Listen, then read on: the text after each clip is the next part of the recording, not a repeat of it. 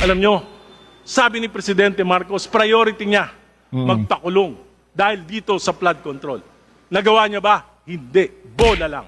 Sinabi ni Presidente, priority niya yung Independent Commission na ipasa ba? Hindi. Bola lang. Ngayon, sabi niya, priority niya, anti-political dynasty. Alam na alam niya yung meaning ng dynasty sapagkat kaming dalawa ang author nung kauna-unahang batas na Congressman merong Irice. provision ng Your Honor, anti-political dynasty bill. Your Bola Honor, lahat. Please, Bola nun. Your Bola, Honor, please, bola, direct- Marcos. At bago natin tapusin yung banat ni Kong Irice sa anti-dynasty bill mga kababayan, ay eto, nako, basahin muna natin kung paano niresbakan nitong si Atty. Libito Baligod itong post ni Ramon Tulfo mga kababayan.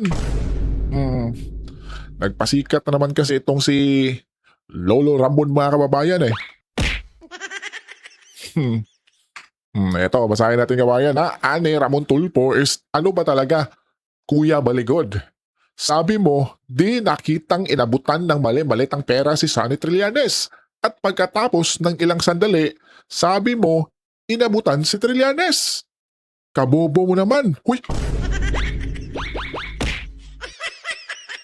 Pambihira mga kababayan, oh. Oh, bumanat pa itong si Lolo Ramon kabayan. Di ba? Di ba mga kababayan? Anya, saan ka bang law school nagtapos, Baligod? Ha? Pambihira kabayan. Ito ata yung tinutukoy niya, no? Yung interview nila sa KMGS mga kababayan kay Ma'am Jessica. Di po ba? Naku po, eto. Sinagot naman ito ni Atty. Baligod kaagad mga kababayan. Anya, Montulfo, gagawa ka ng sarili mong katangahan tapos ibintang mo sa akin? Malinaw na hindi mo nabasa ang affidavit at kung nabasa mo man ay hindi mo naintindihan. Naku po, dahil sa mapurol mong utak. Naku, tinawag mo nga akong kuya eh. Malayong matanda ka sa akin. Tama naman kabayan, di po ba? At least ako, isang beses lang nag-take ng bar exams na may pinakamababang passing rate sa history of the Philippines. VAR na 60%. Sige ka, isumbong kaya kita kay Raymart Santiago. Naku po mga kababayan ha, simpleng-simple itong banat ni Atty. Baligod, no kabayan? Talagang ano ha, pumitik din. Diba? Sana naman ay nabasa to ni Lolo Ramon mga kababayan, di po ba? Diba? Baka maipabugbog na naman to ni Raymart kabayan. Magsusumbong naman, na naman to sa mga Tulfo brothers kabayan. Pambila. Itong si Lolo Ramon kabayan, no? Diba? Di pa rin, ano? Di pa rin natinag kabayan. Nagpapasikat pa rin. At eto pa po mga kababayan, pakinggan muna natin itong pahayag ni Congressman Suntay mga kabayan ukol sa nangyari kaninang pahayag niya kaugnay sa isang artista na si Miss Ann Cortez mga kababayan, di ba? Sa kanilang pagdinig kanina sa House Committee on Justice mga kababayan kaugnay sa isinagawang hearing na naman sa impeachment case ni VP Sara Duterte. Which is itong si Congressman Suntay kabayan is alam naman natin na di ba tila ipinagtanggol niya si VP Inday kabayan, di ba? Tila pabor siya kay VP Inday na hindi na ma-impeach kabayan, di po ba? Kaya yung ginawa niyang pahayag ukol kay Ann Cortez mga kababayan ay naku po, ginawang big deal kaagad ng bayarang media mga kababayan at yung mga bayaran ding ibang congressman mga kababayan. Di po ba? Tas sinakyan na ng mga kababayan, sinakyan na yun na ng mga anti-Duterte. Ito daw si Kong Suntay ay naku po, manang-mana daw kay Tatay Digong. Magidoo pero medyo bastos daw po. Naku po, kabayan. Eto, pakinggan natin si Attorney Suntay. Kasi alam mo, one of the allegations were yung statements na binigay ni Vice President Sara na sinabi niya na i-imagine niya na dahil doon sa sitwasyon doon sa eskwelahan, i-imagine niya na parang gusto raw niyang putulan ng ulo si Presidente. Meron desire. So there's imagination and desire. Pero ang sinasabi na, stated rin by Kong Rufus, yun naman hindi naman criminal act yung imagination at desire.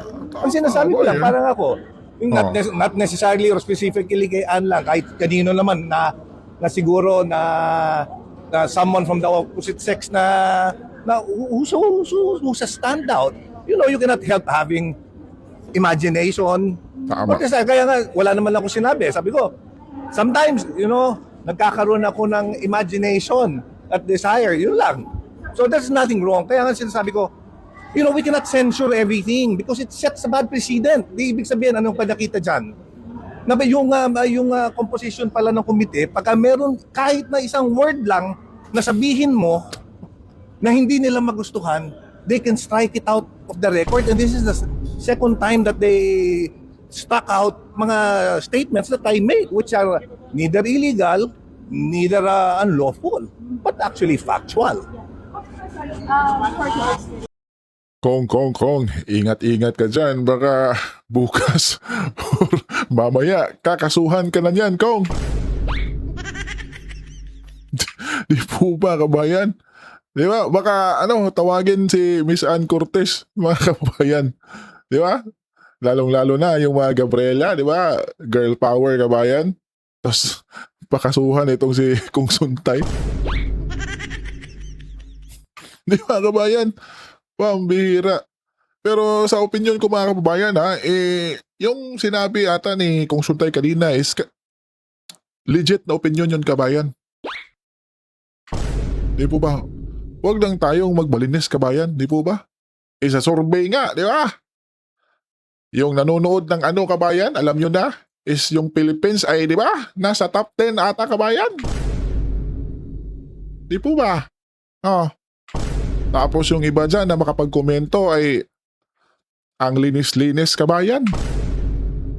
Di po ba? Gets mo ba yung sinasabi ko, kabayan? Pambira.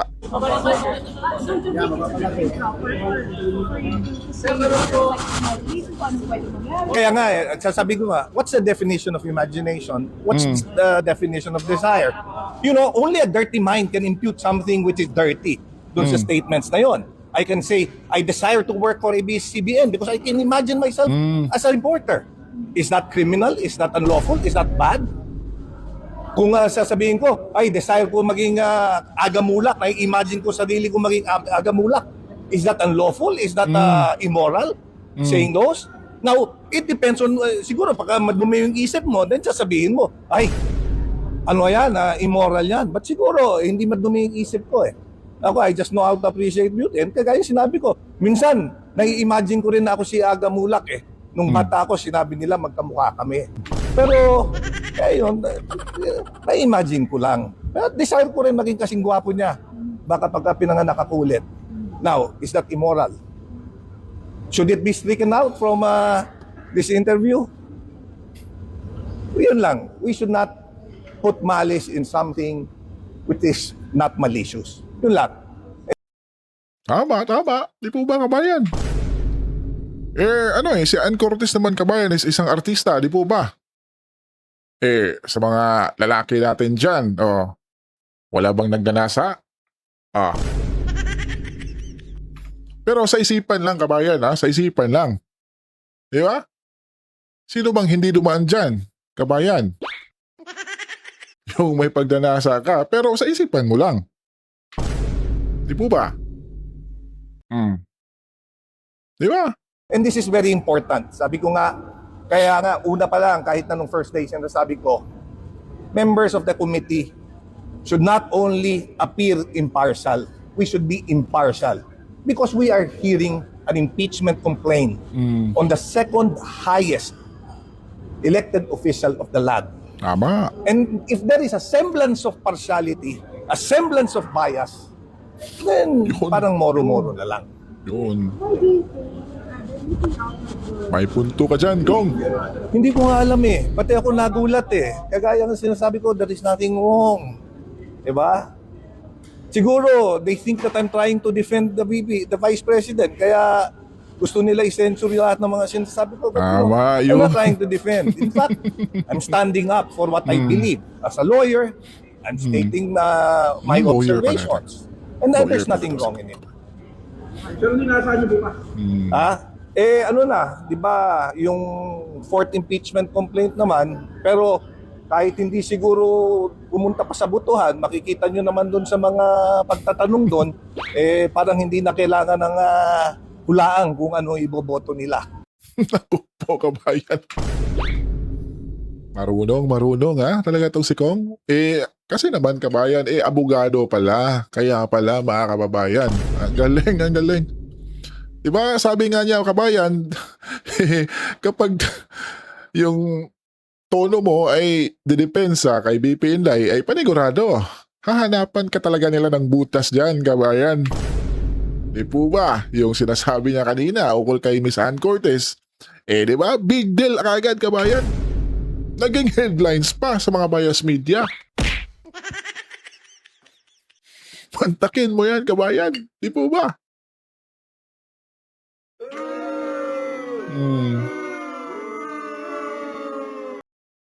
Authorship, hindi ko masikmura eh. Kasi ano ito, hindi naman to anti-political dynasty bill. Ang tunay na anti-political dynasty bill, maliwanag naman yung framers, ang intention, legislative intent ng mga framers ng 1987 Constitution. Dapat it will promote equal access and opportunities to ordinary citizens. At pangalawa, it should prevent monopoly of power. Dito, pwede isang senador, isang governor, 5 congressman kung 5 ang distrito, 10 mayor kung 10 ang city, 20 municipal mayor, 100 barangay captain, basta pwede magkakamag-anak lahat at pati SK. So, At eto na nga yun mga kababayan, no? Yung banat kanina ni Kong Irise dito sa anti-political dynasty bill na isinusulong ni Kong Ejong Kabayan. Adjong. Eto, pakinggan natin ng mabuti dito si Kong Iris mga kabayan kung paano niya. Iwi na lang hiya to.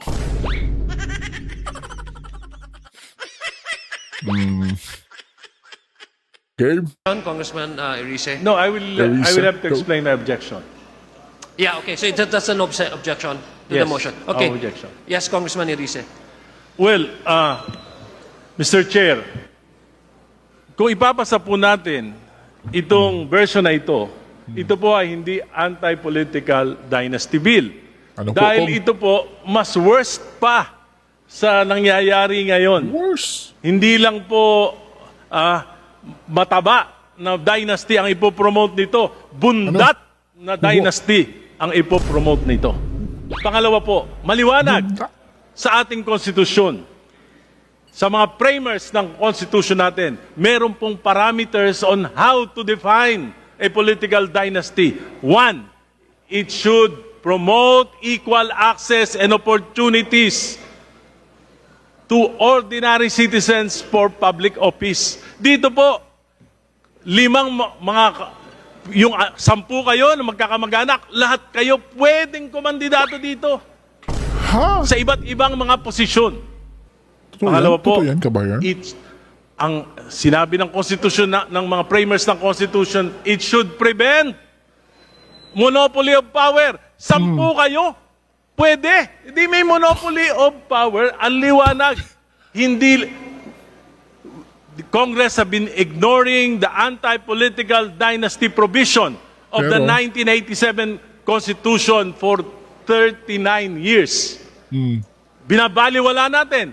Pero ngayon, mas worse. Bakit? Binabastos natin ang essence ng konstitusyon kung ipapasa natin itong bill na ito. Alam nyo, sabi ni Presidente Marcos, priority niya magpakulong dahil dito sa flood control. Nagawa niya ba? Hindi. Bola lang. Sinabi ni Presidente, priority niya yung independent commission na ipasaba. Hindi. Hindi. Bola lang. Ngayon, sabi niya, priority niya, anti-political dynasty. Alam na alam niya yung meaning ng dynasty sapagkat kaming dalawa ang author nung kauna-unahang batas na Congressman merong Elise. provision ng Your Honor, anti-political dynasty bill. Your Bola Honor, lahat. Please, Bola. please, Bola nun. Your Honor, please, Bola. direct- Marcos. Your Honor, please Marcos direct. Susan. If that's a objection, you don't need to explain your objection. You just say you objected to the motion. I would, but I would allow. I only allowed you. Nautal-utal na si Kong Anchong, mga kabayan. Grabe. Pambira natin na. Pati tayo nabulol, kabayan. Pambira itong si Kong Irise, kabayan, no? Talagang real talk na real talk yung isang congressman, mga kababayan, no? Napaano na lang sa kanyang ano, oh. Oh. Pambira pala. Hindi pala to anti-political dynasty bill, kabayan. Talagang isinusulong to para ano? Yung mga Duterte sa Davao, di na makaano, kabayan. Kung baga. Huling-huli ni Kong Irise, kabayan. Naku po, naku po.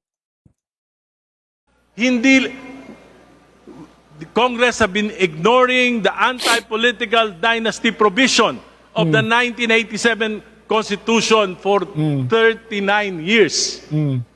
Binabaliwala natin. Pero ngayon, mas worse. Bakit? Bakit, Kong? Binabastos natin ang essence ng konstitusyon kung ipapasa natin itong bill na ito. Alam nyo, sabi ni Presidente Marcos, priority niya magpakulong dahil dito sa flood control. Nagawa niya ba? Hindi. Bola lang. Sinabi ni Presidente, priority niya yung independent commission na ipasaba? Hindi. Bola lang. Ngayon, sabi niya, priority niya, anti-political dynasty. Alam na alam niya yung meaning ng dynasty sapagkat kaming dalawa ang author nung kauna-unahang batas na Congressman merong Elise. provision ng Your Honor, anti-political dynasty bill. Your Bola Honor, lahat. Please, please. Bola nun. Your Bola, Honor, please bola. direct. Marcos. Your Honor, please direct. If that's a objection. Kulang na lang nasabihin, Marcos, resign. Yun na yung kasunod, kabayan, di po ba? Kasi ano bola, puro bola-bola lang yung ating mahal na Pangulo. So anong kasunod? Oh, di ba, kabayan? Nako, pambihira talaga itong nangyayari sa ating bansa, kabayan. Di ba? Nagkagera na nga sa gitnang silangan, pero tayo, eto pa rin yung inatupag natin, kabayan. Pambihira, no? Pwede bang mag-break muna, kabayan, tapos yung atupagin nila kung paano matutulungan yung mga kabayan natin doon sa gitnang silangan, at paano, kabayan, pag tuloy-tuloy na yung gera na yan, anong mangyayari sa ating bansa? May plano ba sila, kabayan, tungkol dyan? Di po ba? Pambihira, Ikaw, kabayan, anong masasabi mo dito sa mga nangyayaring to? Mag-komento lang kayo sa baba at pag-usapan natin yan, kabayan.